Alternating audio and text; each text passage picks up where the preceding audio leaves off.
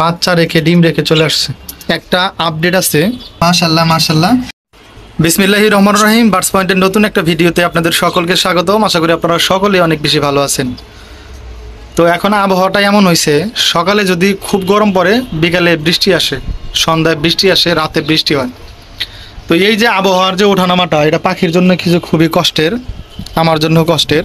যেহেতু ব্যালকনিতে পাখি পালন করি, তো ইজিলি পানি হচ্ছে খাঁচার ভিতরে চলে আসে। আর এই যেখানে দেখেন পাঁচটা বাচ্চা, আর এই দেখেন ব্যালকনির হচ্ছে রডটা এই পর্যন্ত। তো আসলে পাখির জন্য খুবই কষ্টকর একটা বিষয়। রোদও অনেক বেশি লাগে, আবার হচ্ছে বৃষ্টিও লাগে। তো আমি তাই যে এভাবে দিয়ে দেই, চাদর দিয়ে দেই উপরে। তো সরাসরি রোদ অথবা বৃষ্টি এদের উপরে পড়ে না। অনেক সময় ছিটাফোঁটা বৃষ্টি চলে আসতে পারে। আর এই যে পাখিগুলো খুব সুন্দর করে খাওয়া দাওয়া করে ঘুমাইতেছে, সবগুলো বাচ্চা আছে এখানে। আর এই যে এখানে হচ্ছে টুনি। তো আজকে হচ্ছে একটা খুশির খবর আছে। আমাদের 2 পেয়ার হচ্ছে আমরা পাখি ব্রিডিংয়ে দিছিলাম।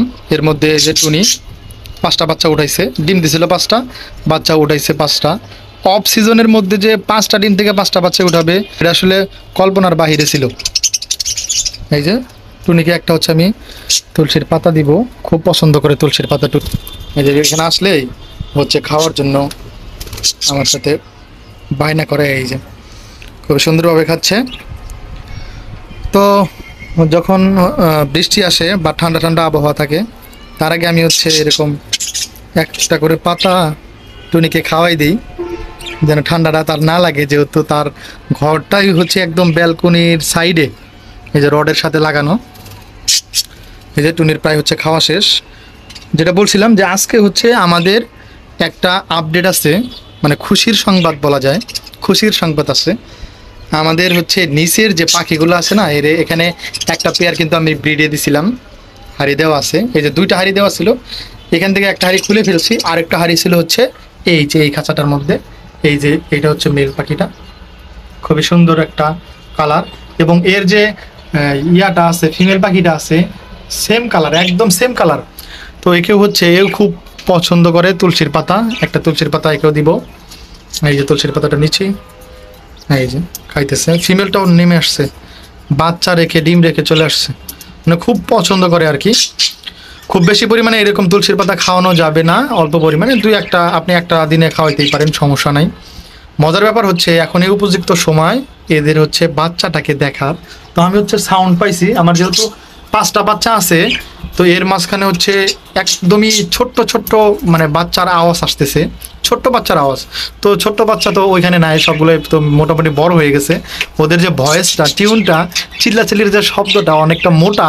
কিন্তু ছোট্ট বাচ্চা, আমি যেহেতু পাখি পালন করছি, তো আমি জানি যে কোন সাউন্ডটা আসলে একদমই ছোট্ট বাচ্চার বা একদিন ফুটছে এরকম বাচ্চার। তো আজকে আপনাদের নিয়ে আমরা ওই বাচ্চাটা দেখার চেষ্টা করব। তো চলেন, জানি না দেখতে পারবো কিনা। এখন যদিও ফিমেলটা হচ্ছে নিচে নামছে, আমরা যাই দেখি, দেখার চেষ্টা করি। এটাই উপযুক্ত সময়। ফিমেলটা দেখা দেখি চলে আসতে পারে। এই যে আসছে, চলে আসছে। মাশাল্লাহ মাশাল্লাহ। টোটাল হচ্ছে 6টা ডিম পারছিল, এর মধ্যে হচ্ছে একটা হচ্ছে বাচ্চা ফুটে গেছে, আরও 5টা আছে ইনশাল্লাহ। আশা করা যায় 5টা বাচ্চা থেকেই আমরা হচ্ছে এদের হচ্ছে বাচ্চা পাবো, যেমনটা আমরা হচ্ছে টুনির থেকে পাইছিলাম। টোটাল 5টা বাচ্চা ডিম দিছিল, 5টার থেকে 5টাই হচ্ছে বাচ্চা ফুটছে। এখান থেকে আমাদের দেখা যাক 6টা ডিম পারছে, 6টা থেকে কতগুলো বাচ্চা পাই। এদের হচ্ছে বাচ্চাগুলা সবগুলো পাই কিনা এটা দেখার জন্য হলো আমাদের চ্যানেলের সাথে থাকতে হবে। আজকের ভিডিও এ পর্যন্তই, দেখা হচ্ছে পাখি সম্পর্কিত অন্য কোনো ভিডিওতে।